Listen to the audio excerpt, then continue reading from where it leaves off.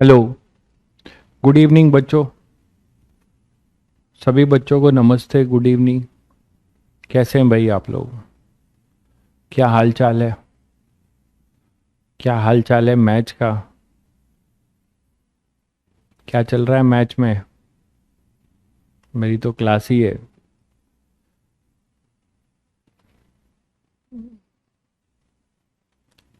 सभी बच्चों को गुड इवनिंग, नमस्ते। ऑडियो वीडियो क्लियर है? चलो, इंडिया जीत रही है, बढ़िया है।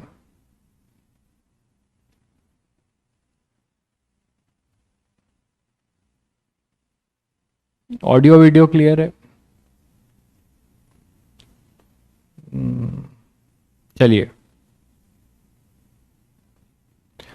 तो लास्ट टर्न पे बच्चों हम लोगों ने केस ऑफ ग्रेजिंग इंसिडेंस देखा था। Case of grazing incidence. चलिए, ठीक है। तो ग्रेजिंग इंसिडेंस की बात कर रहे हैं। तो ग्रेजिंग इंसिडेंस में बच्चों आपको मैंने बताया था कि ये कहानी है। लेकिन क्या हम ये बोल सकते हैं कि यही चीज आपसे दूसरे वे से पूछा जाए? क्या ये केस ऑफ ग्रेजिंग इंसिडेंसी, क्या ये case of grazing incidence case of maximum deviation का केस बन सकता है बच्चों?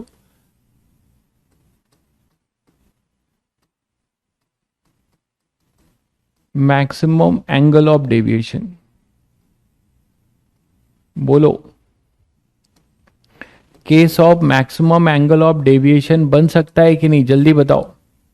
ये फील कर पा रहे हो कि ये जो है यही केस आपका, एक हमने मिनिमम एंगल ऑफ डेविएशन पढ़ा था, अब ये जो है मैक्सिमम एंगल ऑफ डेविएशन का केस बन सकता है कि नहीं? आप बताइए खुद।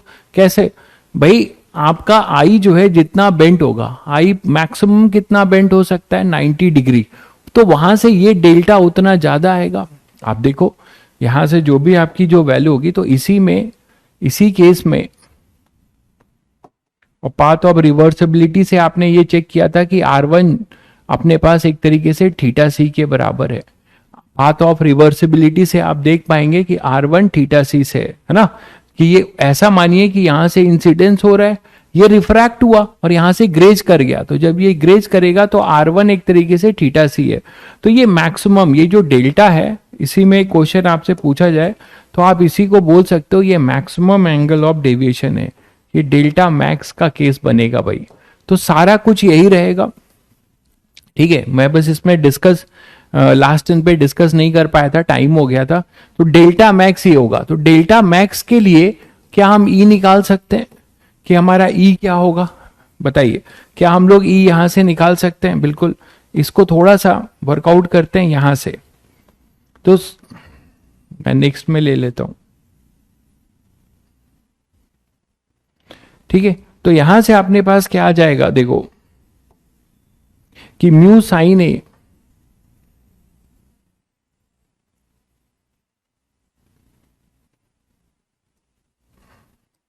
ये चीज हमें मिली थी। यहां तक तो सभी लोग समझ गए थे। Mu sine A minus theta C, ये स्नेल्स लॉ लगाया है R2 को लेकर, है ना। ये तो समझ रहे हैं आप लोग। मैं एक बार और कर दूं क्या? ये नेक्स्ट स्टेप में किया ही हुआ है।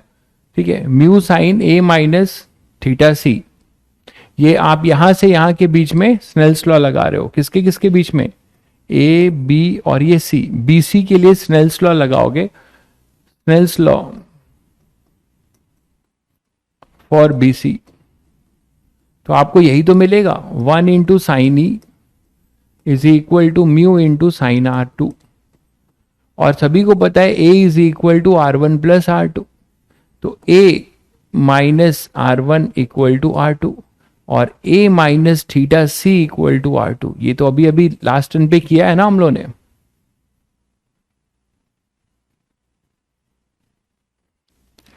चलिए, तो अब यहां से अपने पास क्या हो जाएगा? Sine E equal to mu sine R2, वो हो जाएगा sine A minus theta C. तो बच्चों हमें ये निकालना था। साइन थीटा सी तो सभी बता सकते हैं। साइन थीटा सी एक तरीके से 1 अपॉन म्यू है कि नहीं? इसमें और इसमें स्नेल्स लॉ लगाओगे तो साइन थीटा सी 1 अपॉन म्यू है। इसे ओपन कर दो तो साइन ही अपने पास होगा mu sine A into cos B. है ना, minus cos A into sine B.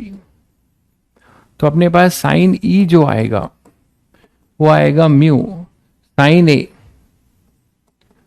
इसको हम ऐसे भी लिख सकते हैं 1 माइनस साइन स्क्वायर थीटा सी, क्योंकि हमें साइन थीटा सी पता है इसीलिए, माइनस कॉस ए, है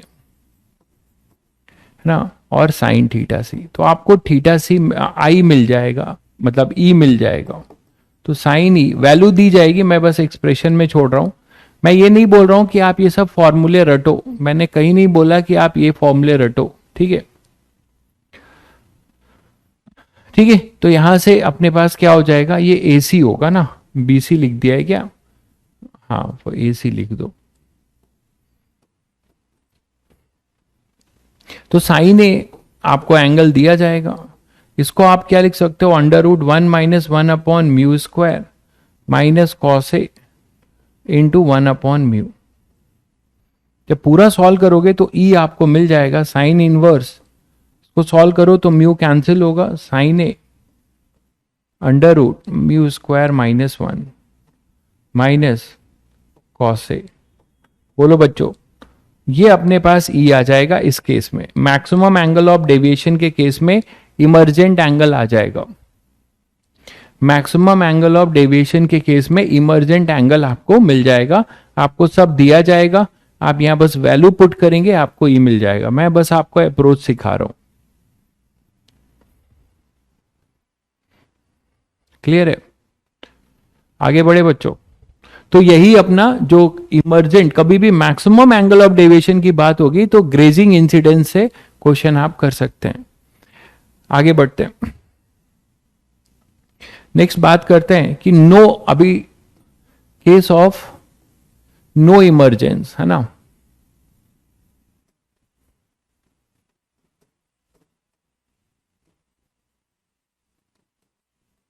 फॉर एनी वैल्यू ऑफ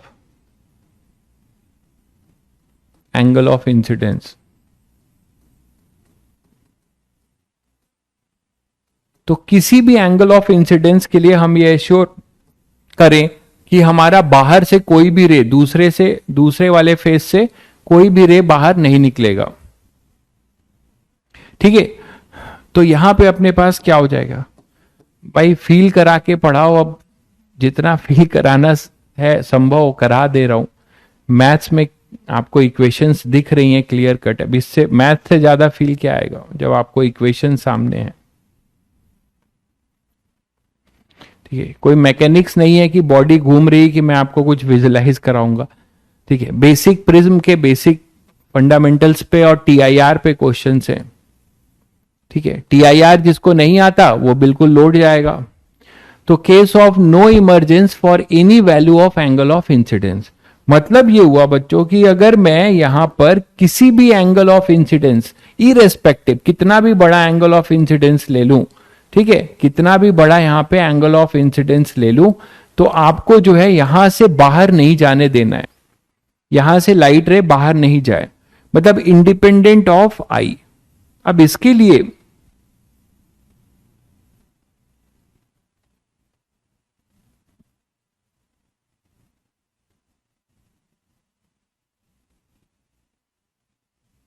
हाँ, अदर साइड पे ग्रेज करेगा, सेम रिजल्ट आएगा, बिल्कुल सही कह रहे हैं भाई प्रिंस।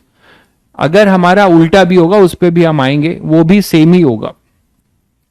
तो हमेशा इसका यहां पे टीआईआर हो, इसके लिए कैसे मेक श्योर करेंगे, इसके लिए आप मेक श्योर करेंगे कि आप maximum angle of incidence, maximum angle of incidence से इसको देखेंगे। अगर हमारा, ध्यान दीजिएगा इसमें लॉजिक क्या है, आपको फील आना है तो फील भी आ जाएगा अगर आप समझ पा रहे हैं तो।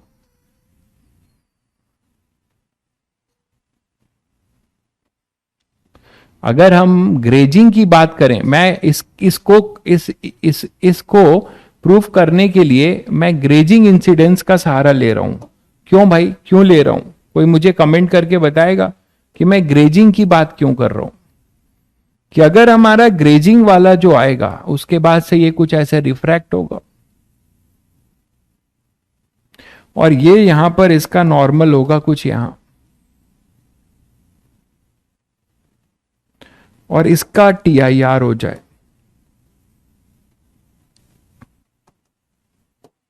मतलब ये ऐसे आए, ये ऐसे जाए और फिर ये ऐसे जाए, ठीक है। ये अपने पास हो जाए 90, तब आई की वैल्यू हमने 90 ली है। तो यहां जो R1 होगा ये R2 होगा, है ना। अब आप मुझे बताओ कि इसका अगर हमें TIR कराना है, कोई भी लाइट रे बाहर ना निकले, AC से कोई भी लाइट रे ना बाहर निकले, इंडिपेंडेंट। बहुत बढ़िया भाई अनुज, बहुत बढ़िया, बहुत बढ़िया भाई, बहुत बढ़िया, बिल्कुल। अब आप ध्यान से देखो कि R2 हमेशा जो है थीटा सी से क्या होना चाहिए, बड़ा होना चाहिए। R2 हमारा थीटा सी से बड़ा होना चाहिए। तो मिनिमम R2 अगर थीटा सी से बड़ा होगा, यहां जितनी भी लाइट रे इंसिडेंट हो रही हैं उससे जो मिनिमम R2 होगा, अगर मिनिमम R2 हमारा अगर थीटा सी से बड़ा है तो बाकी सारे R2 के लिए वो फुलफिल्ड होगा। तो हमें क्या करना पड़ेगा, फॉर R2 मिनिमम, तो हम ये मेक श्योर कर पा रहे हैं for TIR, for TIR takes place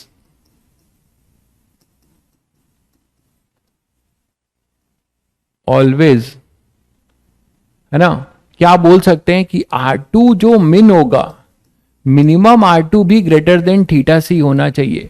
minimum R2 भी जो है वो क्या होना चाहिए, ग्रेटर देन थीटा सी होना चाहिए, है ना। तो मिनिमम R2 के लिए ध्यान से देखो जरा, A क्या होता है, R1 प्लस R2। तो R2 क्या होगा, A माइनस R1, बोलो भाई। और R2 को मिन होने के लिए क्या हम R1 को मैक्स करेंगे भाई, A तो कांस्टेंट रहेगा, A तो कांस्टेंट रहेगा, ठीक है। तो अगर A हमारा कांस्टेंट रहेगा तो R2 अगर मिन है बच्चों तो R1 मैक्स होगा, मानते हो। और R1 मैक्स होने के लिए I1 को मैक्स होना पड़ेगा। तो फॉर R1 मैक्स, ये है logic, for R1 max I1 should be I max, और I मैक्स की वैल्यू कितनी हो सकती है, 90। That is the reason behind कि हमने क्यों ग्रेजिंग वाला लिया है। अब आपको ये सभी बच्चों को समझ में आ गया कि ऐसा होगा, है ना। तो इसकी मिनिमम वैल्यू R2 मिन होगा A माइनस R1 मैक्स, और R1 मैक्स कितना होगा, इससे आप देख सकते हो पाथ ऑफ रिवर्सिबिलिटी से अगर ये 90 होगा तो R1 एक तरीके से थीटा सी है। बोलो, पाथ ऑफ रिवर्सिबिलिटी से भी अगर आप देखें कि यहां से लाइट रे अगर उल्टा मानते हो ऐसे, तो ये इधर से इधर आ रही, तो ये अपने पास अगर थीटा सी है तो ये ग्रेज करेगी। तो R1 अपने पास एक तरीके से थीटा सी होगा। तो R1 की वैल्यू, R1 मैक्स जो अपना होगा वो एक तरीके से क्या होगा, थीटा सी होगा। तो बस आप यहां से R2 को पुट कर दो, R2 मिन जो होगा वो अपने पास आएगा A माइनस थीटा सी, ठीक है। और ये जो R2 मिन है वो इससे बड़ा होना चाहिए, तो ये सेकंड हो जाएगा, ये फर्स्ट हो जाएगा। तो आप यहां से बता सकते हो कि अपना A जो है angle of prism theta, R2 जो मिन होगा वो A माइनस थीटा सी है। तो फ्रॉम फर्स्ट एंड सेकेंड आप ये एक इनइक्वलिटी लिख सकते हो, A minus theta C should be greater than theta C, that is A is greater than 2 theta C, A is greater than 2 theta C, A is greater than 2 theta C. ये एक बहुत important condition है, इसको आप याद रख सकते हो, इसको आप याद रख सकते हो, ठीक है। A is greater than 2 theta C, A is greater, angle of prism अगर 2 थीटा सी से बड़ा होगा, है ना, एंगल ऑफ प्रिज्म अगर 2 थीटा सी से बड़ा होगा तो क्या होगा, ये टैलेंटेड बच्चा आया है बहुत दिन बाद, नाम छुप गया, नाम दिख ही नहीं रहा भाई का। मतलब भाई बोलता है मिरर नहीं लगाया है तो कैसे रे रिवर्स चली जाएगी। ये अपना बच्चा एकदम टैलेंटेड है, दर्शन करने का मन कर रहा है भाई का, ठीक है। तो A ग्रेटर देन 2 थीटा सी यही होता है। मतलब ये वो बच्चे हैं मुझे लगता है जिन्होंने पिछला कॉन्सेप्ट पढ़ा नहीं है, डायरेक्ट अब शायद आके ये वाला प्रिज्म का जो है लेक्चर ले रहे हैं। पूरा सीरियसली पूरा पढ़ा ही नहीं है सीक्वेंस वाइज। अरे मेरे भाई TIR नाम की चीज होती है धोखे से, ठीक है, TIR नाम की चीज होती है,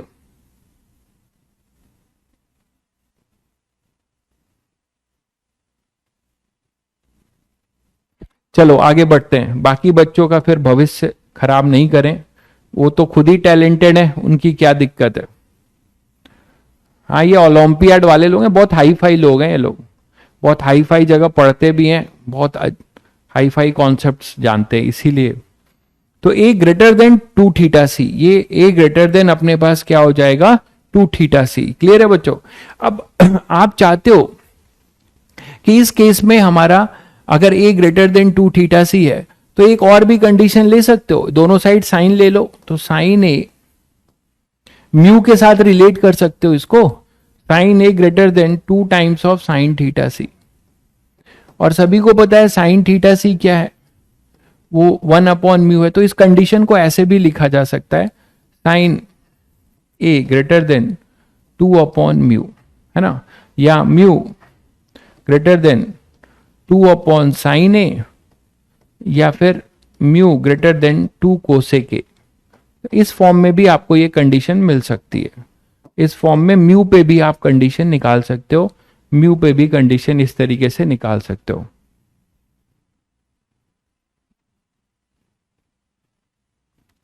ठीक है, क्लियर है।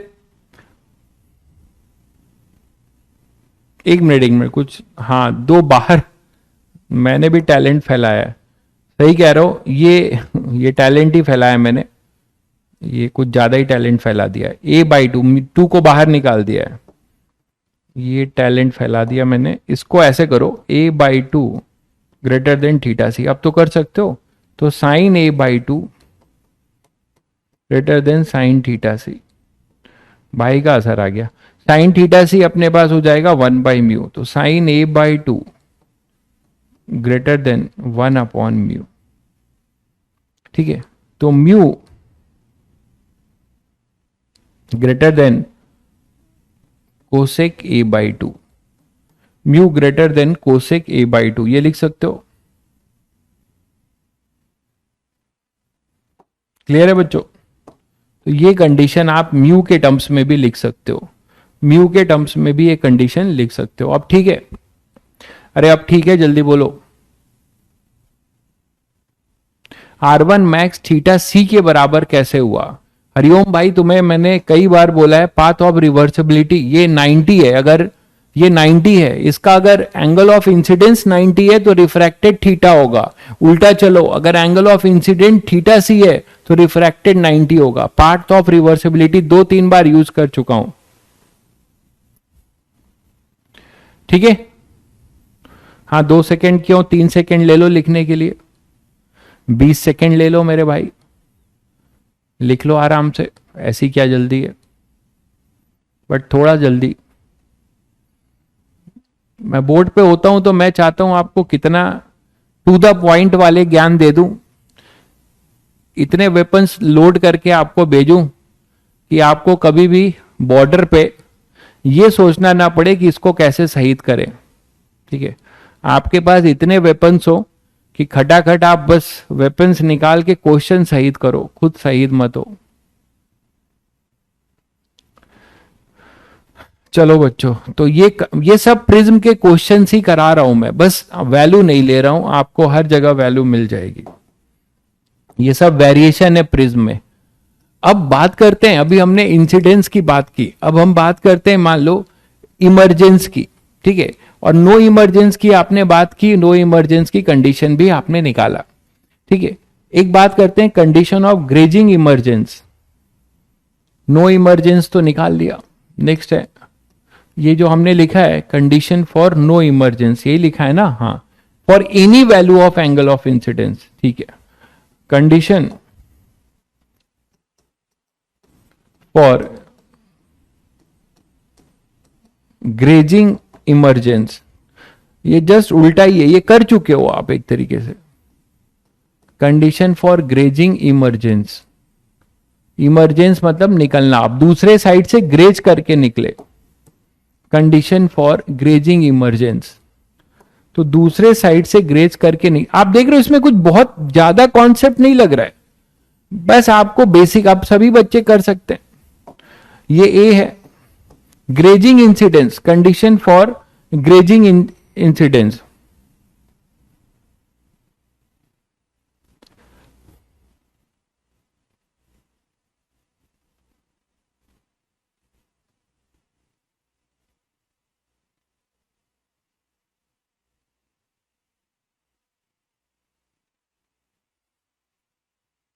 हाँ, मैकेनिक्स वन मैकेनिक्स टू से तो इजी है ही।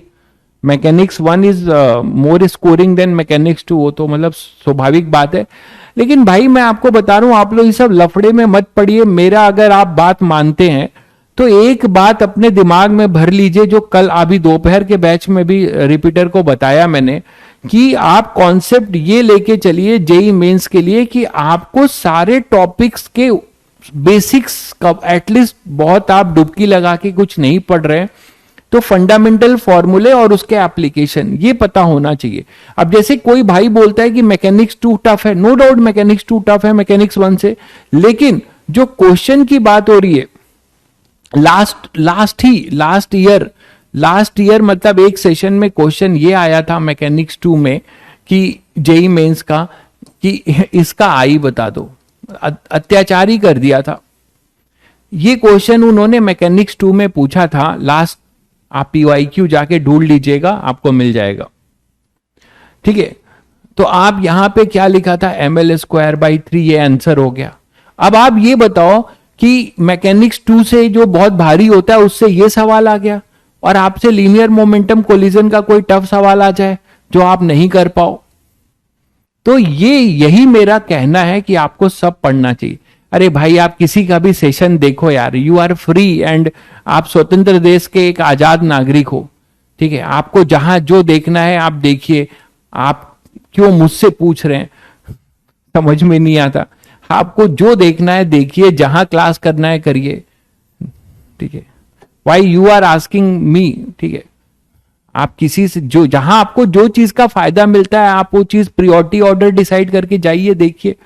ठीक है, अब यहां पे अपने पास क्या होगा, कंडीशन फॉर ग्रेजिंग इमरजेंस। तो ग्रेजिंग इमरजेंस की अगर बात करें तो ग्रेजिंग इमरजेंस का मतलब ये है बच्चों कि यहां से ग्रेज करेगा। ठीक है, तो मान लीजिए यहां से कोई एंगल ऑफ इंसिडेंस है हुआ और ये यहां से ग्रेज कर रहा है, तो यहां से कुछ रिफ्रैक्ट होगा और उसके बाद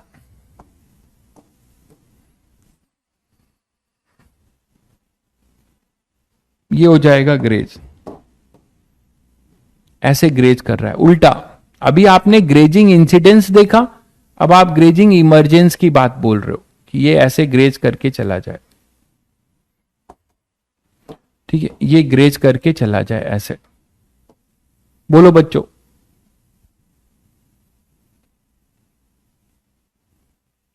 चलिए, काहे की कंट्रोवर्सी, मैं बहुत ही सरल आदमी हूं। ठीक है, मैं बहुत ही सरल इंसान हूं भाई, मुझे कोई लेना देना नहीं होता बस पढ़ाने के अलावा। चलिए, तो यहां पे अपने पास ए है और ये यहां पे इंसिडेंस है। तो मेरा आपसे ये कहना है कि बच्चों ये तो 90 हो गया, ई जो है अपना 90 हो गया, तो तुरंत ये बता सकते हो ना कि अब R2 थीटा सी होगा। इतना करके तो सब लोग समझ रहे हैं, चाहे आप इधर से रिवर्सिबिलिटी को रूल फॉलो करके भी आप इधर से लाइट आ रही तो इधर से जा रही, तो ये 90 है तो ये थीटा सी होगा। अब R2 ये R1 होगा और ये I होगा, है ना, और ये अपने पास म्यू है, ये अपने पास म्यू है। तो अब इस केस में आपसे हो सकता है पूछ लिया जाए कि व्हाट इज आई आप निकाल दो।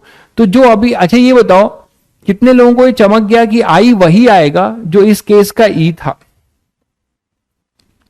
आई वही आएगा जो इस केस का ई था, बताइए आएगा कि नहीं। ठीक है,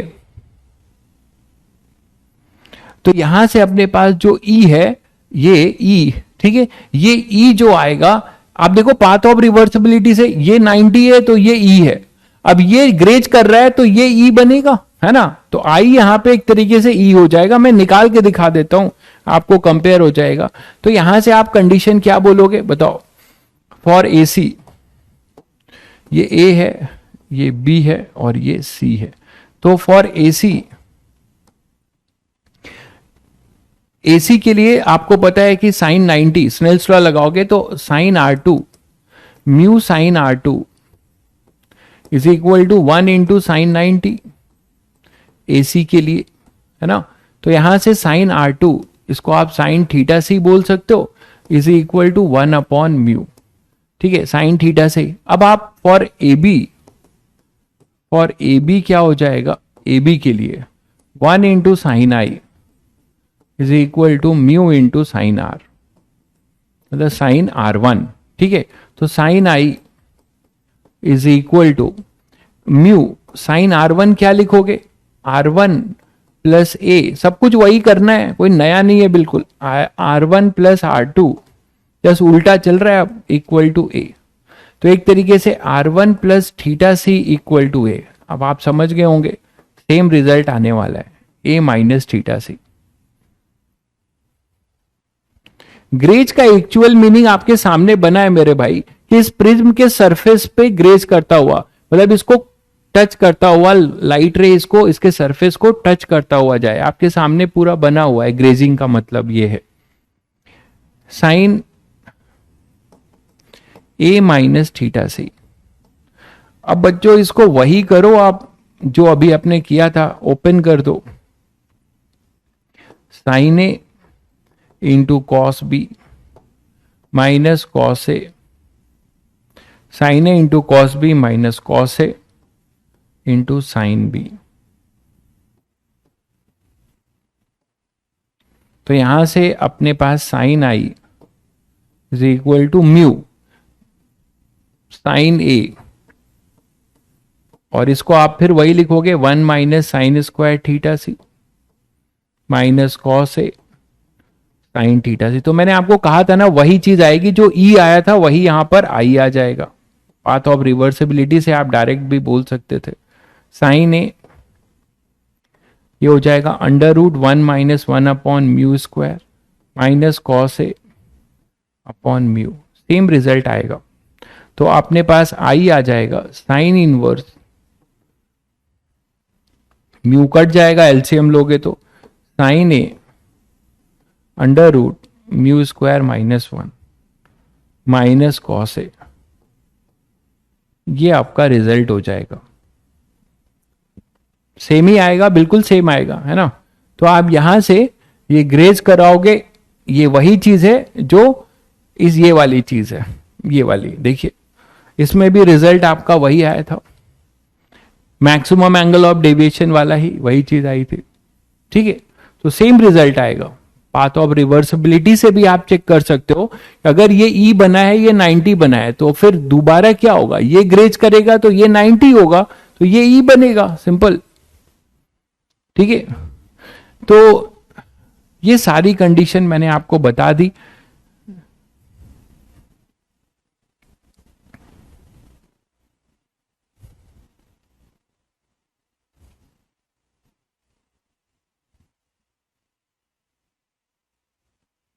चलिए बच्चों आगे बढ़े, चलिए तो अब कुछ क्वेश्चंस और करते हैं, कुछ क्वेश्चंस और करते हैं।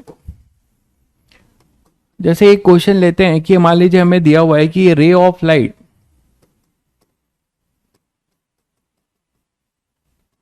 रे of light undergo deviation of 30 degree, मान लो दिया हुआ है undergo A deviation of 30 degree, है ना, when passing through a prism, when incident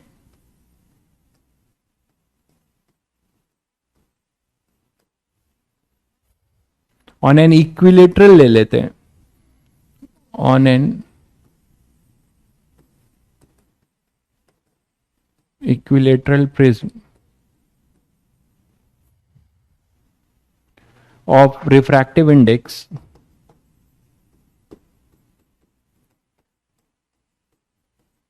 √2, refractive index √2।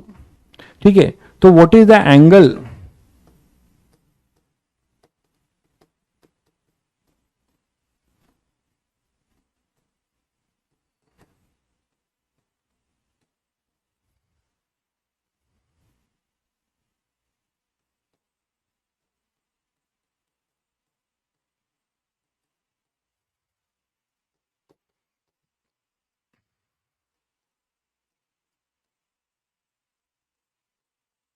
तो जो रिफ्रैक्टेड रे है, what is the angle subtended bye refracted रे from first surface from base of the prism.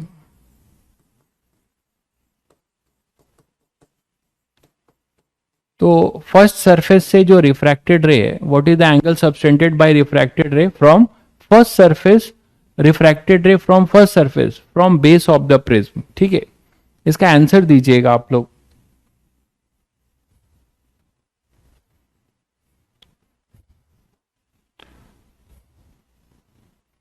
Inside the prism लिख देता हूं, ये ज्यादा और क्लियरिटी होगी।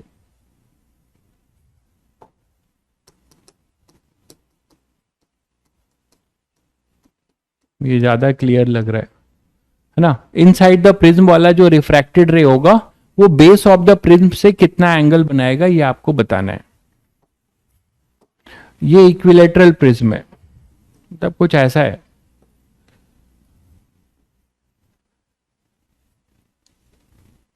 ठीक, अब आपको क्या बताना है कि लाइट रे अंडर को डेविएशन ऑफ 30 डिग्री डेविएशन दिया हुआ है।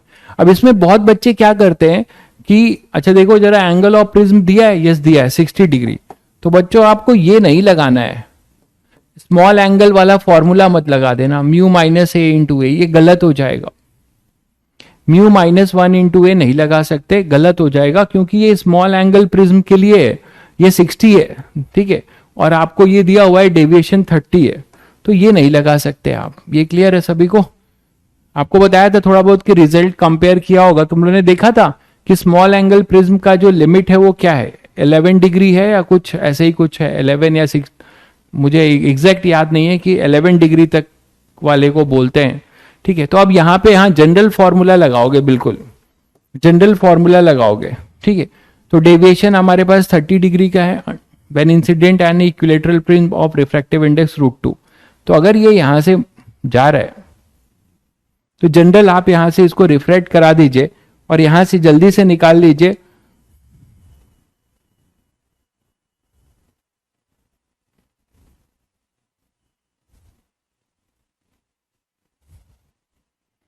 कहीं अच्छा ये मुझे बताओ कि कभी भी ऐसा क्वेश्चन है तो कहीं ऐसा तो नहीं कि ये मिनिमम एंगल ऑफ डेविएशन की बात कर रहा है? तो थोड़ा सा चेक कर लीजिएगा, इसमें क्लू है। आप मिनिमम और कुछ दिया नहीं है आपको, म्यू दिया है बस, म्यू आपको 10 दिया है √2। तो ये देख लीजिए कि कहीं मिनिमम एंगल ऑफ डेविएशन का जो म्यू है क्या वो वही म्यू तो नहीं दिया है। मेरी बात समझ रहे हैं? ऐसे क्वेश्चन में थोड़ा सा देख लीजिएगा, इनडायरेक्ट वे में पूछते हैं कि जो अपना मिनिमम एंगल ऑफ डेविएशन का केस था उसमें जो म्यू आएगा क्या ये वही म्यू है क्या, तो इससे हमें तुरंत पता चल जाएगा कि ये मिनिमम एंगल ऑफ डेविएशन का केस है। तो एक बार इसको चेक कर लीजिएगा। जैसे चेक कर लेते हैं तो यहां पर हमारे पास जो मिनिमम एंगल ऑफ डेविएशन का जो फॉर्मूला है वो सभी को पता है, mu is equal to sine A plus delta min by 2 into sine A by 2। बोलो बच्चों, अब आपको देखो यहां से डेविएशन 30 डिग्री दिया हुआ है और आपको म्यू जो है आपको ये म्यू निकालिए, ये तो गिवन म्यू है, म्यू मिनिमम वाले का म्यू पहले निकालिए। ए आपको पता है ए 60 है, जरा चेक करिए यहां से म्यू क्या आएगा, साइन 60 प्लस 30 अपॉन में 2 अपॉन में साइन 30।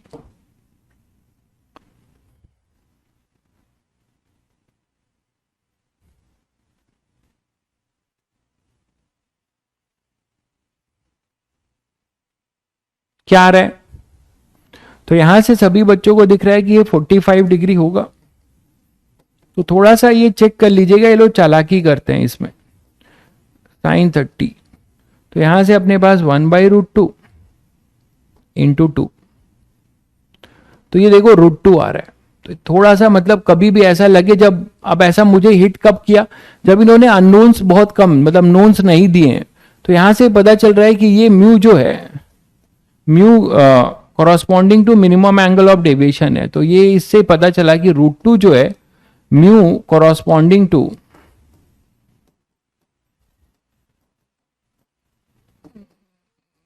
मिनिमम डेल्टा मिन है। तो जब ऐसा होता है तो सभी बच्चों को पता है कि अब सब कुछ मिल गया, तुम्हें मिल गया कि नहीं। एंगल आई इक्वल टू क्या होता है आपको पता है, I is equal to E and R1 equal to R2, तो सब कुछ मिल गया ना।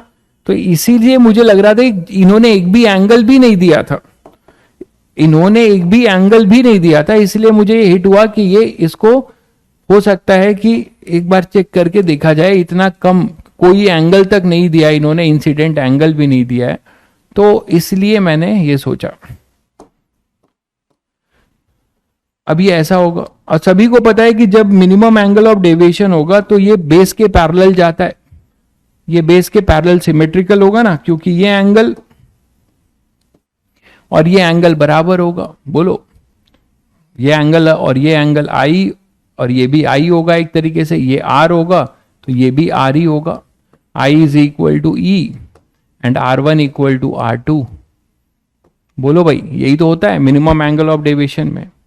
तो अब आंसर बता सकते हो सभी बच्चे, आंसर सभी बच्चे बता सकते हो क्या हो जाएगा। बेस से एंगल कितना बना रहा है, तो बेस से जो एंगल होगा वो, बेस से एंगल तो जीरो हो जाएगा, बेस से एंगल तो अपना जीरो हो जाएगा, क्योंकि वो पैरेलल चला जाएगा, है ना। बेस से एंगल, बेस से पूछा है तो बेस से जीरो होगा, पैरेलल चला जाएगा, ठीक है।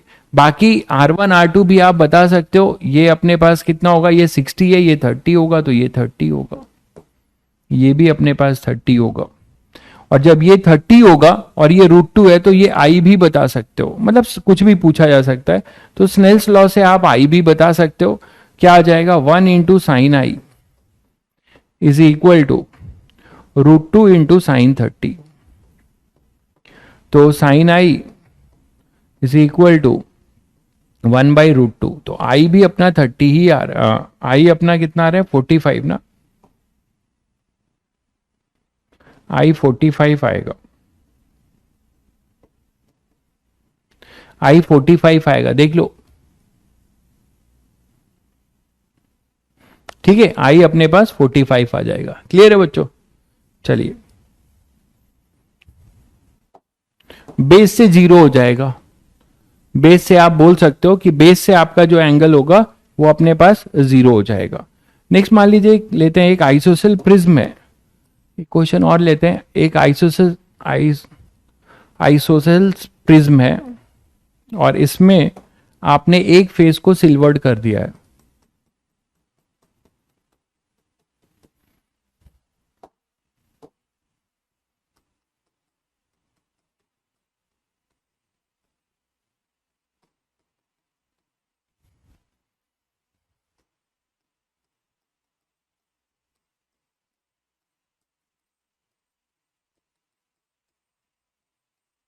ठीक है। A ray of light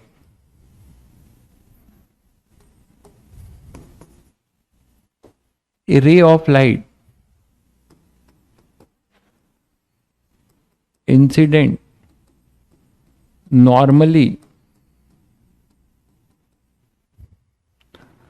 on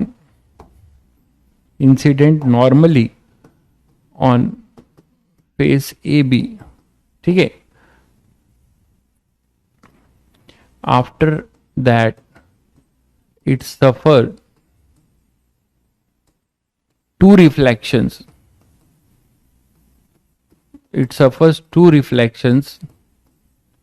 and finally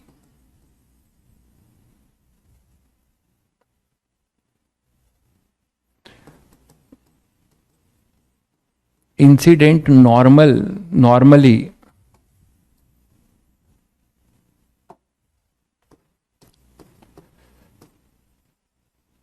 on face BC, ठीक है।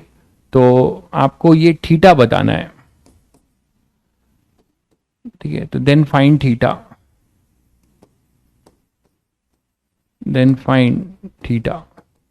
तो आपको थीटा बताना है। इस सिचुएशन को ध्यान से पहले पढ़ लीजिए, सिचुएशन को ध्यान से आप पढ़ लीजिए, और कुछ नहीं दिया हुआ है और कुछ दिया नहीं। आप बोलोगे सर म्यू नहीं दिया है, नहीं दिया है, कुछ नहीं दिया है।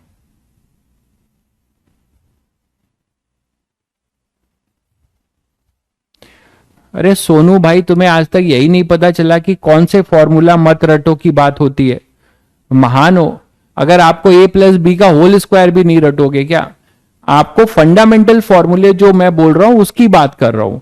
आप ये जो अभी मैंने क्वेश्चंस कराए, मतलब बहुत बौड़म हो यार तुम लोग, बहुत ज्यादा पैदल हो, लैंग्वेज भी नहीं समझते हो। अब ये जो एक फॉर्मूला है इसको मैं रटने के लिए नहीं बोल रहा हूं, ये आपका कोई फॉर्मूला मैं डेराइव रिजल्ट रटने के लिए नहीं बोलता हूं, ठीक है। डेराइव रिजल्ट मैं रटने के लिए नहीं बोलता हूं, जो स्टैंडर्ड फॉर्मूला, अब आपको यही नहीं पता होगा कि ए equal to R1 plus R2 होता है एंगल ऑफ प्रिज्म, तो फिर क्या मतलब है? ये भाषा नहीं समझते हो क्या? हिंदी तो बोलता हूं, अंग्रेजी तो बिल्कुल छोड़ दिया बोलना जब से ऑनलाइन में आया। तो यहां पर अपने पास क्या हो जाएगा, ये थीटा जो है आपको निकालना है। भाई को भाषा नहीं समझ में आती कि क्या रटना है क्या नहीं रटना है, कह रहा है डायरेक्ट फॉर्मूला लगा दिया। अरे वो स्टैंडर्ड रिजल्ट्स हैं, वो तो रटना ही है आपको, है ना। जो कोई क्वेश्चंस के फॉर्मेट में मैं कुछ कराता हूं, बहुत बच्चे सोचते हैं ये भी रट लें, मैं वो बोलता हूं कि वो मत रटो, उसका कोई लेना देना नहीं है रटने का।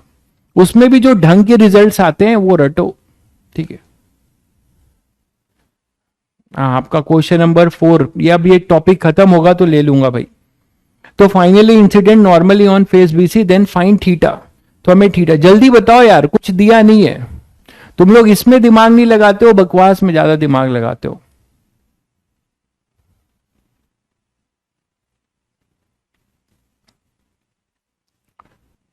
जल्दी से आंसर दो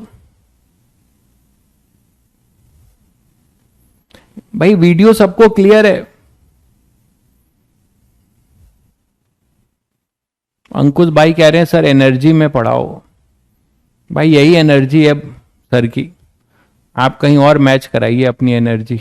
अब पता नहीं एनर्जी का क्या मतलब होता है पढ़ाने में। यहाँ रॉक, यहाँ पे मैं कोई बहुत बड़ा वो रॉक स्टार नहीं हूं कि 20,000 जनता है और मुझे कूद कूद के गाना गाना है, ठीक है। कूद कूद के मुझे गाना गाना है, 20,000 जनता को झुमाना है। मैं उस पर वो पढ़ाई नहीं, मैं वो पढ़ाई नहीं पढ़ाता। मैं पढ़ाई को इत्मीनान से ही पढ़ाता हूँ।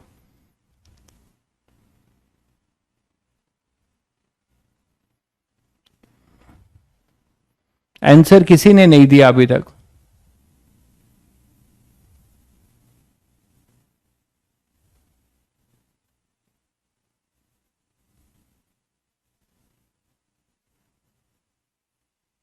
चलिए अब करता हूं, काफी समय दे दिया, काफी समय दे दिया। बहुत बढ़िया भाई सक्षम, आपका आंसर बिल्कुल सही है। 72 डिग्री इसका आंसर है, बिल्कुल बहुत बढ़िया। 72 डिग्री इसका आंसर है, बहुत बढ़िया। 45 गलत है भाई, 60 गलत है। आप खुद सोचो कितने मतलब टैलेंटेड हो यार, कि 60 कैसे आ सकता है? आइसोसेल ट्रायंगल है, मतलब कितने मतलब भावी जो है, मतलब टैलेंट छुपे हुए हैं इस बैच में। आइसोसेल प्रिज्म है, कह रहा है 60 होगा। आइसोसेल प्रिज्म लिखा हुआ है और कह रहा है 60 हो जाएगा, थीटा 60 हो जाएगा। कितना टैलेंट है भरा है कूट कूट के। चलिए आगे बढ़ते हैं फिर, टाइम मिल गया, जिसको करना है वो कर लिया होगा। ये नॉर्मल इंसिडेंस है, मतलब ये नॉर्मल इंसिडेंस है, मतलब ये नॉर्मली आ रहा है ऐसे और इस पे गिर रहा है, ठीक है बच्चों। तो ये नॉर्मली आ रहा है, ये ऐसे नॉर्मली आ रहा है, तो इसका आई 0 हो जाएगा, ठीक है। आई 0 हो जाएगा और R1 भी 0 हो जाएगा, ठीक है। अब यहां से रिफ्लेक्शन होगा, तो मुझे बताओ कि यहां से रिफ्लेक्ट करके क्या होगा इसका। यहां से मिरर है, तो मिरर से रिफ्लेक्ट हुआ है, तो सभी को समझ में आता है कि 2 बार रिफ्लेक्शन क्यों बोला है इसने। जब इसने 2 बार रिफ्लेक्शन बोला है, इसका मतलब ये हुआ, थोड़ा डायग्राम मुझे और थोड़ा सा ढंग से बनाना पड़ेगा, जगह नहीं है। डायग्राम कुछ ऐसे लेना पड़ेगा।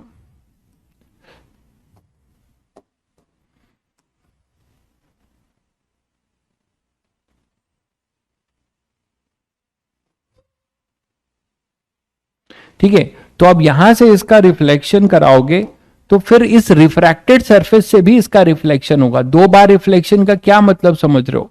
2 बार रिफ्लेक्शन का मतलब यही है ना भाई, कि ये इधर से आके, डायग्राम बन नहीं पा रहा है, 2 बार रिफ्लेक्शन होगा। मैं उल्टा रिवर्स टेक्नोलॉजी लेता हूं, रिवर्स टेक्नोलॉजी से डायग्राम बनाता हूं, ये ज्यादा फायदेमंद है। ये लो रिवर्स टेक्नोलॉजी से, बट नॉर्मल नहीं आ रहा है, नॉर्मल नहीं आ रहा है। ये तो सब लोग समझ रहे हैं कि एक बार इसका रिफ्लेक्शन होगा और एक बार यहां से TIR होगा, सेकेंड टाइम TIR होगा। बिल्कुल कुशल, बस आप ये सोच पा रहे हैं तो वहीं से सॉल्व कर लीजिए। सेकेंड टाइम जो है इसका TIR होगा और एक बार इसका रिफ्लेक्शन होगा, बिल्कुल। ये आईआईटी एडवांस में आया हुआ क्वेश्चन है।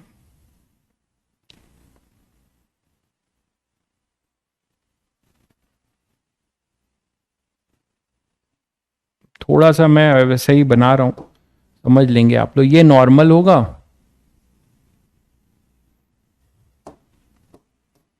और यहां से ये ऐसे ले लेना, ठीक ठाक बन गया डायग्राम। ठीक है, तो ये अपने पास इधर आएगा, ठीक है, और यहां से रिफ्लेक्शन होगा और ये ऐसे आएगा और फिर यहां से इसका TIR होने वाला है। यहां से इसका TIR होके ऐसे नॉर्मली निकलेगा, ये TIR होगा और ऐसे नॉर्मली निकल जाएगा। क्लियर है बच्चों? ये होगा सिचुएशन। ठीक है, नॉर्मल को हॉरिजेंटल कैसे बना दें यार? ये जब ये थीटा पे है तो नॉर्मल को हॉरिजेंटल कैसे बना देंगे? तो यहां से अब ये सभी बच्चों को पता है कि यहां पे ये थीटा सी होगा। ठीक है, अब ये थीटा है, अब यहीं से जरा गेस करना शुरू करो कि ये थीटा और ये थीटा और ये एंगल ऑफ प्रिज्म ए है, एंगल ऑफ प्रिज्म ए। तो पहले तो इनमें एक रिलेशन क्या हो जाएगा बताओ कि a plus 2 theta is equal to 180 degree. एक तो ये बोल सकते हो ना, a plus 2 theta equal to 180 degree. तो a equal to 180 minus 2 theta, a equal to 180 minus 2 theta, ये बोल सकते हो। अब देखो कि अगर ये a है, ध्यान दीजिएगा, आपको दो, इसमें अगर आप नॉर्मल ड्रॉ करो तो सारा काम खत्म। अगर इसका नॉर्मल ड्रॉ करो तो ये दोनों नॉर्मल पैरेलल दिख रहे हैं। कौन सा? ये नॉर्मल और ये इंसिडेंट रे पैरेलल होगा कि नहीं? हो गया, कहानी खत्म। ये 90, ये 90 दिख गया बच्चों। ये दोनों, ये जो नॉर्मल है, ठीक है, ये जो नॉर्मल है ये इस इंसिडेंट रे के पैरेलल है, क्योंकि दोनों नॉर्मल है इस सरफेस पे। ठीक है, तो यहां पे ये 90 हुआ तो ये भी 90। अब ध्यान से देखो कि अगर ये थीटा है, इसको अगर हम फाई ले लें, इनफैक्ट आप इसको अगर थीटा ले रहे हो, बस ज्योमेट्री है और कुछ नहीं है, कोई और कुछ सोच रहा है तो फंसेगा, केवल ज्योमेट्री है। ये थीटा है, ये आपके पास 90 है, ये भी 90 है, तो ये लाइन और ये लाइन पैरेलल है, ये दोनों पैरेलल होंगे। अब ये दो पैरेलल और ये ट्रांसवर्सल, ऐसे सोचो, ये दो पैरेलल हैं और ये अपने पास ट्रांसवर्सल है। तो ये थीटा है, ये अपने पास 90 है, ये अपने पास क्या हो जाएगा 90 माइनस थीटा। बोलो, तो ये फिर से थीटा होगा। ठीक है, और रिफ्लेक्शन की कंडीशन है तो ये भी थीटा होगा। ठीक है, अगर ये थीटा हो गया तो मुझे बताओ कि ये टोटल एंगल थीटा होगा, क्योंकि ये दोनों पैरेलल लाइन है। इसको 1 बोल दूं और इसको 2 बोल दूं तो आप यहां से थोड़ा समझ सकते हैं कि 1 and 2 मैं लिख दे रहा हूं आपको समझने के लिए, पैरेलल। शायद समझ गए होंगे, ये पैरेलल होगा।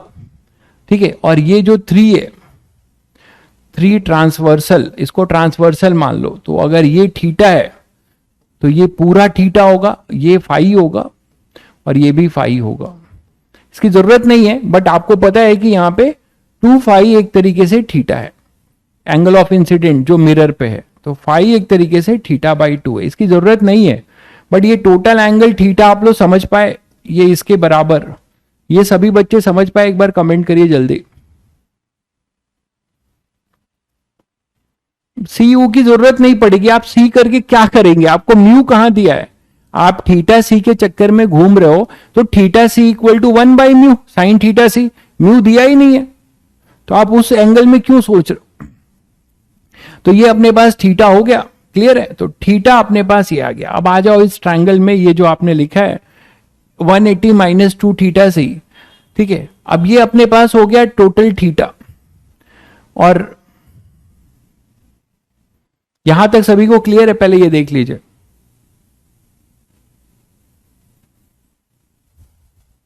बीसी पर भी हो सकता है, समझे नहीं क्या बोल रहे हो? बीसी पर, बीसी के लिए नहीं समझ रहे हैं आप क्या बोल रहे हैं? दो नॉर्मल आपको दिख रहा होगा, दो नॉर्मल आपको दिख रहा होगा। ठीक है, चलिए शायद समझ गए। तो ये थीटा हो गया। अब आ जाओ यहां, ये 90 है और ये पूरा जो है नॉर्मल है, ये थीटा बाई 2 हो गया, तो ये कितना होगा? ये 90 माइनस 5, और ये 90 माइनस 5 मतलब 90 minus theta by 2, 90 minus theta by 2, ये दिखा? ये अपने पास फाई था और ये नॉर्मल है, तो ये इस सरफेस का नॉर्मल है, तो ये फाई होगा, तो ये 90 माइनस फाई हो गया। और अभी आपने फाई प्रूव किया है वो थीटा बाई 2 है, तो 90 माइनस थीटा बाई 2, ये 90 और ये ए, इनका एंगल सम कर लो तो वो अपने पास 180 डिग्री आएगा। वहां से थीटा निकाल लो, ठीक है, वहां से आप थीटा निकाल लो। ए भी आपको नहीं दिया हुआ है ना, ए भी तो निकालना है, लिखा है शायद फाइंड थीटा एंड लिखो एंड एंगल ऑफ प्रिज्म, दोनों लिंक निकालना है। ए दिया नहीं है आपको, ये जो क्वेश्चन आया था उसमें ए भी नहीं गिवन है, एंगल ऑफ प्रिज्म भी निकालना है, ठीक है। मिरर वाला थीटा कैसे हुआ, मैंने अभी अभी बताया, लिख दिया है, 1 and 2 पैरेलल, ये नॉर्मल है ना भाई, ये नॉर्मल है, और ये भी बोला है कि नॉर्मली इंसिडेंस हो रहा है, ये नॉर्मली इंसिडेंस हो रहा है और ये नॉर्मल है ही, तो ये दोनों पैरेलल, और ये वाला 3 जो है ट्रांसवर्सल।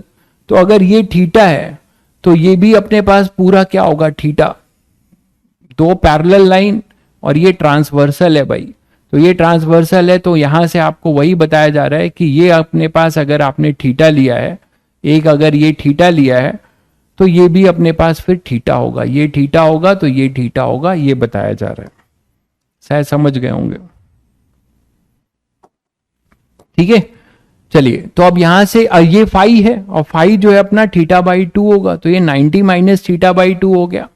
अब तो क्लियर होगा सभी को, अब तो क्लियर हो गया, आंसर आ गया बहुत बच्चों का जिनको क्लियर है, बहुत बढ़िया।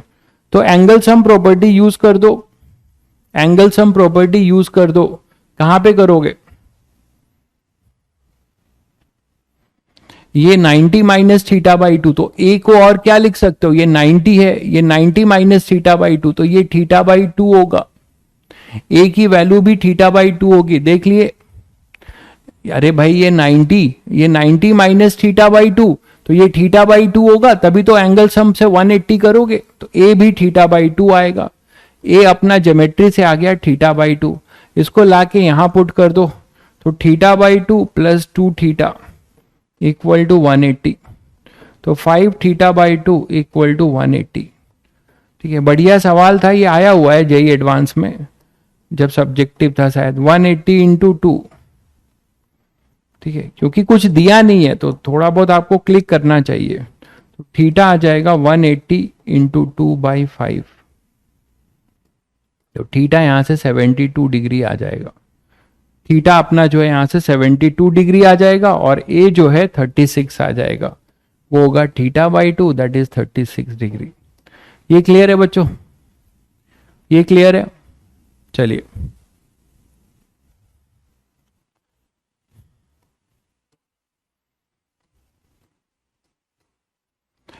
नेक्स्ट मान लीजिए एक क्वेश्चन लेते हैं एक राइट एंगल प्रिज्म का, कि हमारे पास एक राइट एंगल प्रिज्म है और कोई लाइट रे इंसिडेंट हो रही है ऐसे नॉर्मल इस फेस से, ये ए बी सी है, ठीक है। आपको बताना क्या है, आपको बताना है ये 60 और मतलब ये तो 90 हो गया, ये दिया हुआ है आपको, एंगल्स दिए हुए हैं, ये 60 दिया है तो ये तो 30 ही होगा, और म्यू आपको यहाँ पे √3 दिया है, और ये बोलता है कि ये जो लाइट आ रही है ये यहां से नॉर्मल है, तो आपको बोलता है कि लाइट रे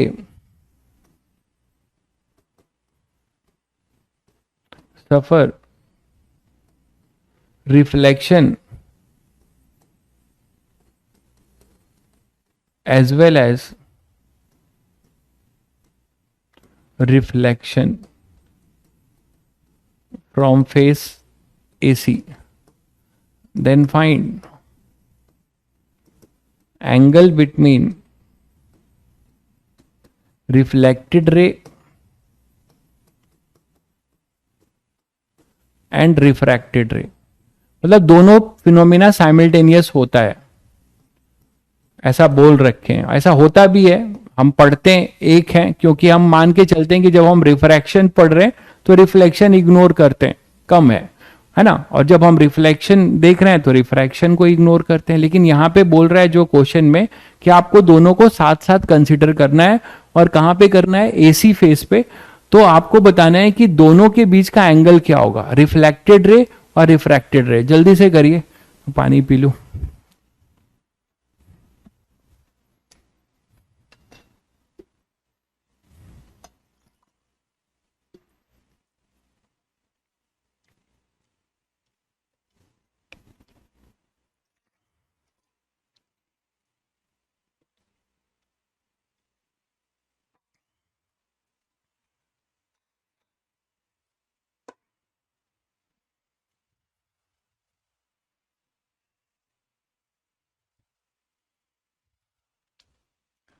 क्या सोच रहे हैं आप लोग? ये तो समझ ही रहे हो कि ये नॉर्मल है तो ये सीधा ही जाएगा। यहां से ये इतना तो सोच लिया होगा कि ये सर ये नॉर्मल है तो ये तो सीधा ही जाएगा ऐसे। यहां पे कहानी दो हो रही है, ये इसका नॉर्मल है तो कुछ लाइट रे रिफ्रैक्ट हो रही है और कुछ रिफ्लेक्ट हो रही है।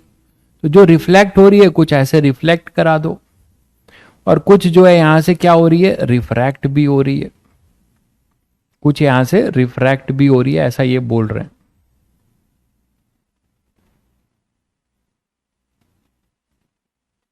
ठीक है, तो ये अपना रिफ्रैक्टेड है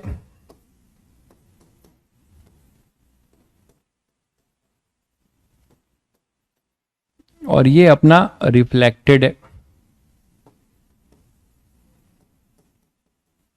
बोलो, इन्हीं के दोनों के बीच का एंगल ढूंढना है।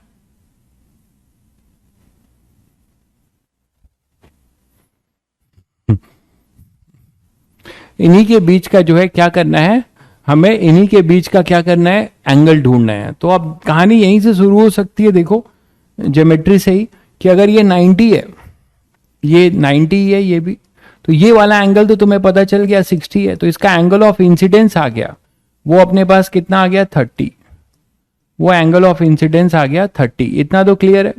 तो एंगल ऑफ इंसिडेंस अपने पास हो गया 30। अब क्या आप यहां से एंगल ऑफ रिफ्रैक्शन निकाल सकते हो? बिल्कुल निकाल सकते हो। आर, ये आर तो निकाल ही सकते हो ना। और आर अगर निकल जाएगा, ये 30 है तो ये तो 30 है। बहुत घटिया सवाल है, मतलब मेरे ठीक है, मेरे लेवल पे ये सवाल जेई मेंस के कैटेगरी में ही जाता है। ठीक है, नॉर्मल इंसिडेंस क्यों किया? अरे मैंने किया नहीं भाई, क्वेश्चन ने दिया, मैंने कुछ नहीं किया, क्वेश्चन ने दिया तो मैंने किया। गजब है भाई लोग। तो यहां से अपने पास क्या हो जाएगा, ये एयर है, ये एयर है, तो पहले आर निकाल लो स्नेल्स लॉ लगा के। तो ये जेई मेंस लायक सवाल है, लेकिन किसी का आंसर नहीं आया। टैलेंटेड बात यह है कि किसी का आंसर नहीं आया इतना घटिया सवाल का। रियलिटी चेक हो रहा है आप लोगों का।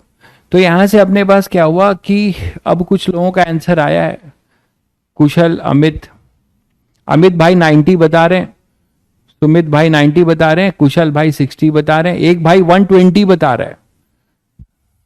चलिए अब देख लेते हैं आप लोग कहां पे लाई कर रहे हैं। तो आप पहले जो है इसको स्नेल्स लॉ लगा लो। तो √3 sine 30 is equal to 1 into sine R. यहां से साइन आर निकाल लो। साइन आर अपने पास आएगा √3/2 equal to sine R, that is R is equal to 60 degree. R अपने पास आ जाएगा 60 डिग्री भाई। तो आर अपने पास 60 डिग्री आ गया, ठीक बात है। तो आर अगर 60 डिग्री आ गया तो अब तो बता दो कि ये अपने पास क्या होगा। ये अपने पास है 60 और ये है 30। एक बच्चे का मतलब आंसर सही है, जो 90 वाला बच्चा है उसी का आंसर सही है। 90 वाले बच्चे का आंसर सही है, ठीक है। तो यहां पे एंगल देखिए, आप इस तरीके के क्वेश्चन जेई मेंस में आएंगे और आप लौट जाओगे, ठीक है। अब 90 लिखने से क्या फायदा, angle between reflected.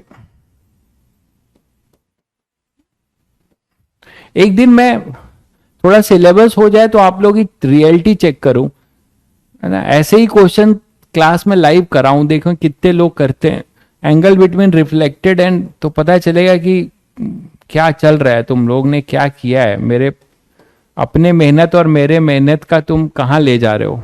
Angle between reflected and refracted रे, ये होगा 90, ठीक है बच्चों। तो ये हो जाएगा 90। बहुत ही आसान सवाल, एकदम जेई मेंस लायक सवाल हूबहू। चले आगे बढ़े।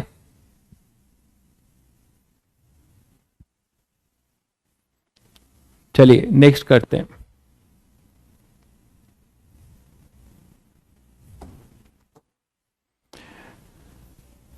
नेक्स्ट सवाल है, मान लीजिए आपके पास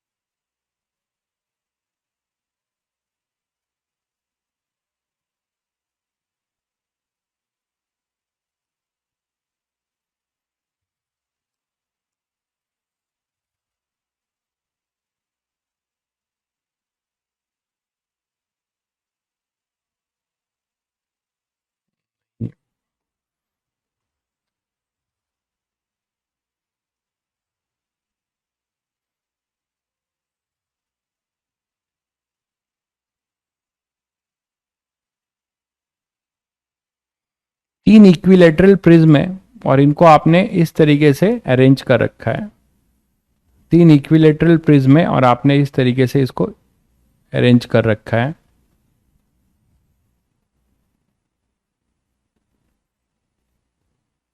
ठीक है, ये तीन इक्विलेटरल प्रिज्म है, इसको आपने ऐसे अरेंज कर रखा है, ध्यान रखिएगा। अब ये बोला जा रहा है कि यहां पे कोई एंगल ऑफ इंसिडेंस होता है, यहां से कोई एंगल ऑफ इंसिडेंस होता है, तो जो फाइनली रिफ्रैक्टेड रे है, ठीक है, जो फाइनली रिफ्रैक्टेड रे है वो इसके पैरेलल हो जाती है, मतलब कोई डेविएशन नहीं लेता है, कोई डेविएशन नहीं लेता है। और ये बीच वाले का जो रिफ्रैक्टिव इंडेक्स है ये म्यू है, और बाकी दो का जो रिफ्रैक्टिव इंडेक्स है वो वही ग्लास का है, 1.5 ले लो, 1.5 है, ये म्यू 1, ये म्यू 2 एक तरीके से म्यू है, और ये म्यू 3 जो है ये अपना 1.5 है ये भी। ठीक है, अब आपसे बोला जा रहा है कि ये इंसिडेंट रे है। क्या बोला जा रहा है कि जो फाइनल रिफ्रैक्टेड रे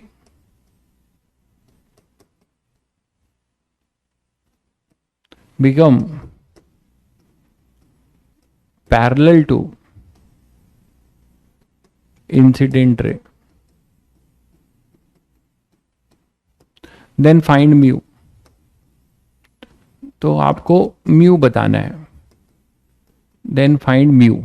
ठीक है, और ये आपको जो एंगल दिया जा रहा है ये 60 डिग्री दिया जा रहा है, इक्विलेटरल प्रिज्म है।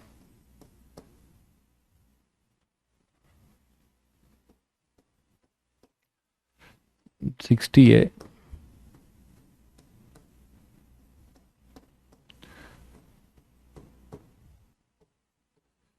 ठीक है, इक्विलेटरल प्रिज्म है।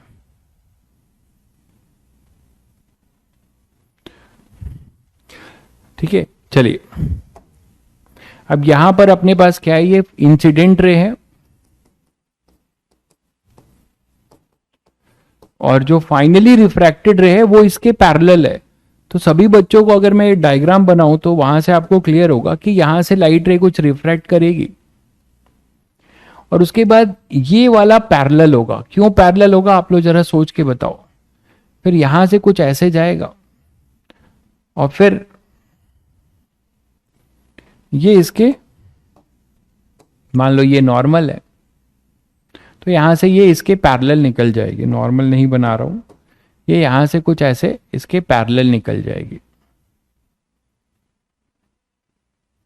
ठीक है, तो ये लाइट रे और ये फाइनली रिफ्रैक्टेड ये दोनों पैरेलल हैं, ऐसा ये बता रहे हैं, ऐसा ये बता रहे हैं कि ये इनके पैरेलल है।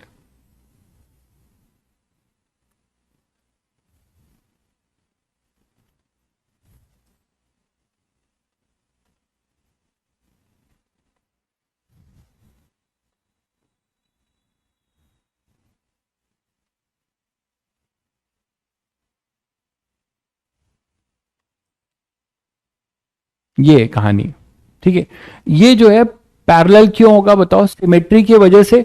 जिस एंगल से ये इस तरीके का मीडियम और इस तरफ का मीडियम सेम है, ठीक है, ठीक है,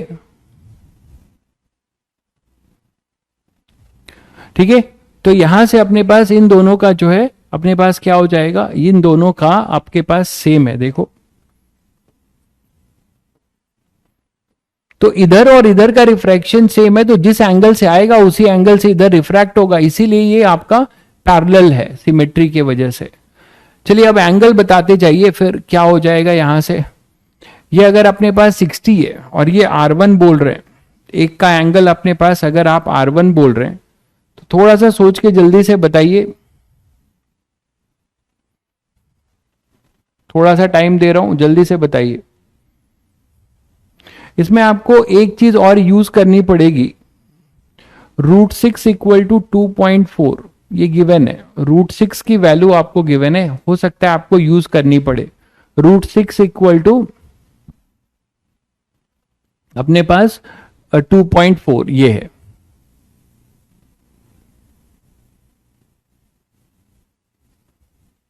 म्यू दिया नहीं है भाई, म्यू निकालना है, म्यू आपको μ2 आपको निकालना है, जिसको म्यू बोला गया है, म्यू टू को ही म्यू बोला गया है, वो आपको निकालना है। तो मैं यहां म्यू लिख देता हूं, आपको ये म्यू निकालना है, ये म्यू निकालना है, जल्दी बताइए।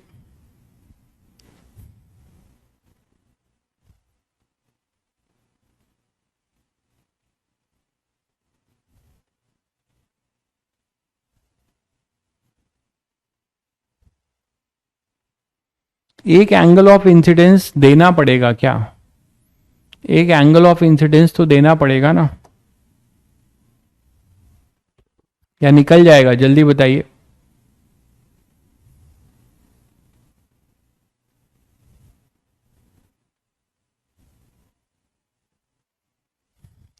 तो यहां से आप शुरू करेंगे कहानी। ये जो एंगल ऑफ इंसिडेंस इसके लिए होगा ये 60 है, ये नॉर्मल है,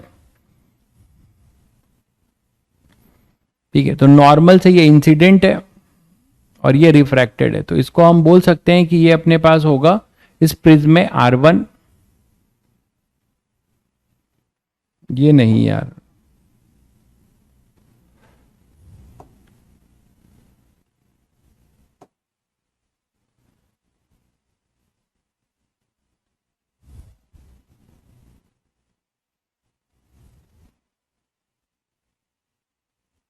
जल्दी बताइए।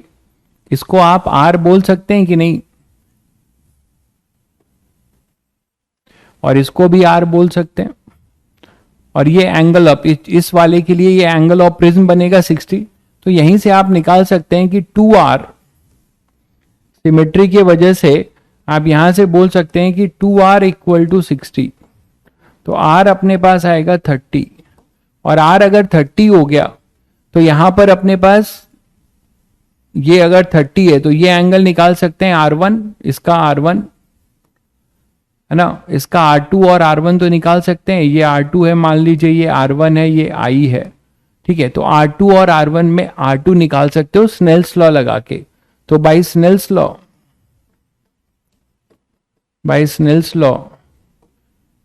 3/2 sine R2 is equal to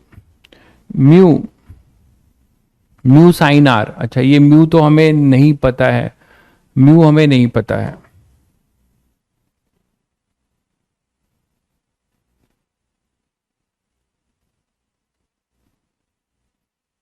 R हमें पता चल चुका है, R हमें पता है,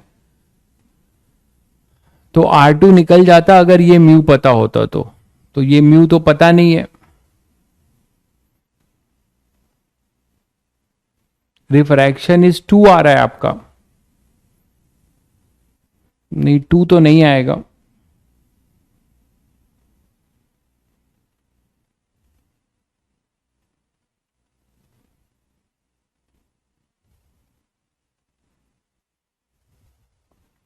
ठीक है।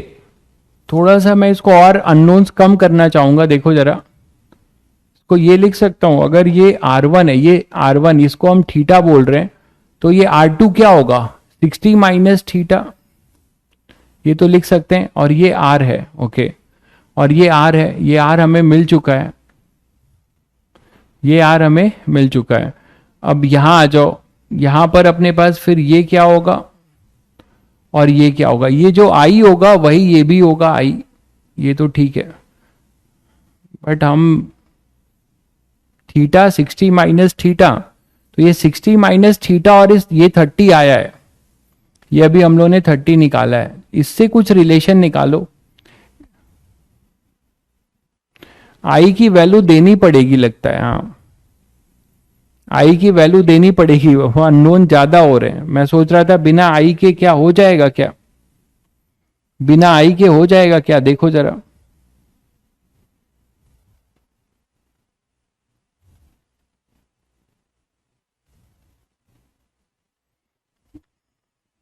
चलो करते हैं। तो 3/2 sine R equal to mu 3/2 sine R2।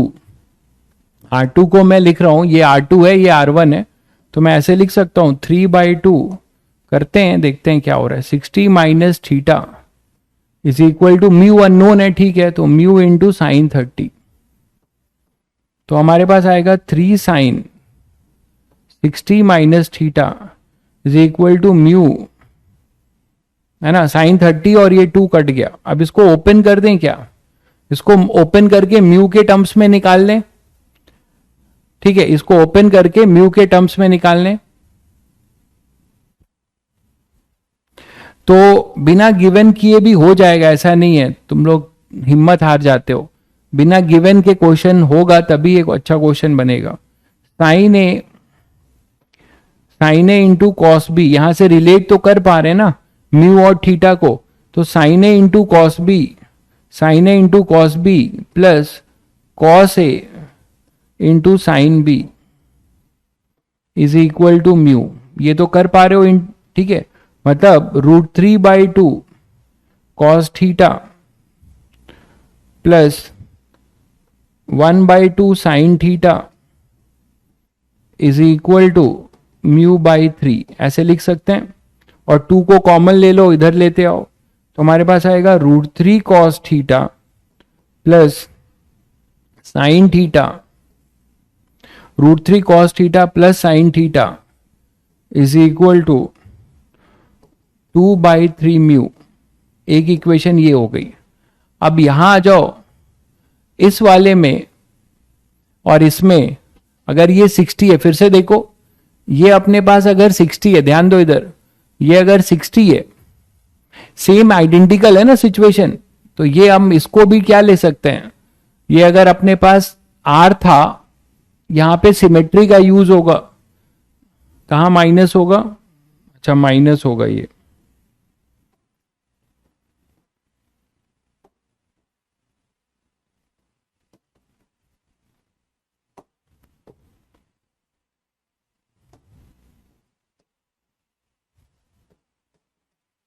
हाँ ये माइनस होगा, यहां तक तो ठीक है।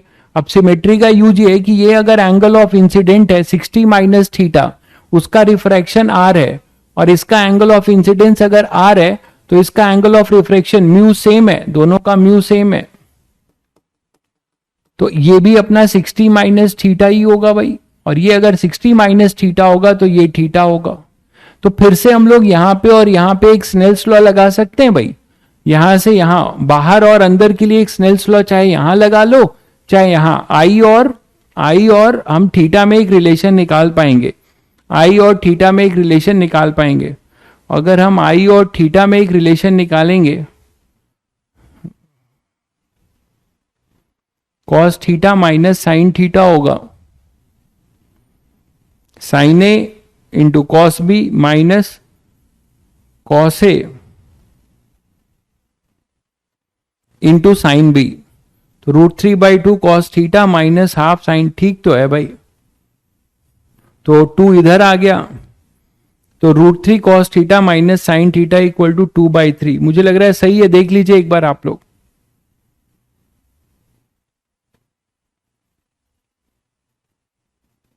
नहीं आएगा भाई, जिद करने की जरूरत नहीं है, आई गिवन होना पड़ेगा, ये 30 डिग्री ले लो, ये गिवन है, होगा ही नहीं, बिना अननोन के नहीं होगा। I is equal to 30 degree, ये गिवन होना पड़ेगा, एक एंगल गिवन होना पड़ेगा, ये गिवन है, आई 30 डिग्री है, तो ये 30 डिग्री होगा तभी होगा, म्यू निकलेगा, ठीक है। तो ये 30 होगा। तो अब एक स्नेल्स लॉ लगा लेते हैं यहां से यहां के लिए। तो स्नेल्स लॉ क्या लिख रहे हैं, 1 into sine 30 is equal to 3/2 sine theta. नहीं तो होगा ही नहीं। यहां से अब आ जाएगा 1/2 इज इक्वल टू 3/2 और ये साइन थीटा।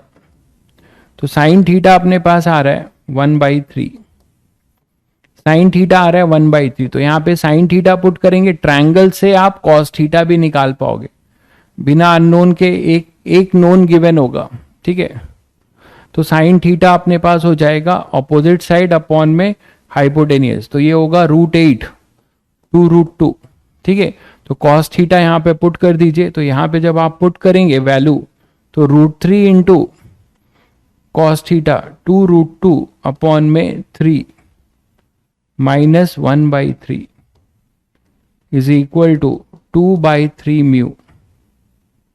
तो 3 तो कैंसिल हो जाएगा, 2√6 फाइनली जो म्यू आएगा वो आ रहा है, ये 3 कैंसिल हो गया और ये √3, तो 2√6 माइनस 1 बाई में 2, मतलब √6 माइनस 1/2। और इसीलिए आपको √6 की वैल्यू दी थी, √6 की वैल्यू इसीलिए दी थी। तो म्यू आपको मिल जाएगा, म्यू आपको मिल जाएगा। अब जो भी आएगा देख लो तुम लोग क्या आएगा, ठीक है। म्यू यहाँ पे ये थीटा गिवन होना चाहिए था, यहाँ पे थीटा एक गिवन होना चाहिए था, ठीक है। इसी क्वेश्चन को मैं थोड़ा सा जनरलाइज कर रहा हूं, आपको होमवर्क दे रहा हूं। इसी में एक दूसरा क्वेश्चन, सेम क्वेश्चन है, बस राइट एंगल प्रिज्म 90 डिग्री है, सेम है। आपको प्रूव करना है रिलेशन बिटवीन μ1 μ2 एंड μ3।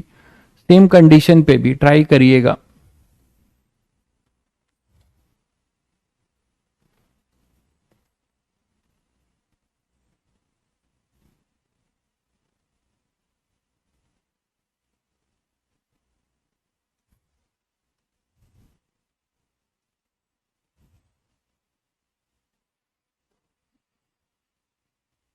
अब ये 90 है, ये आप 90 मान लीजिए, ये 90 है, 90 है, ठीक है। 60 नहीं है, 90 है, ये ऐसा मानना है आपको। और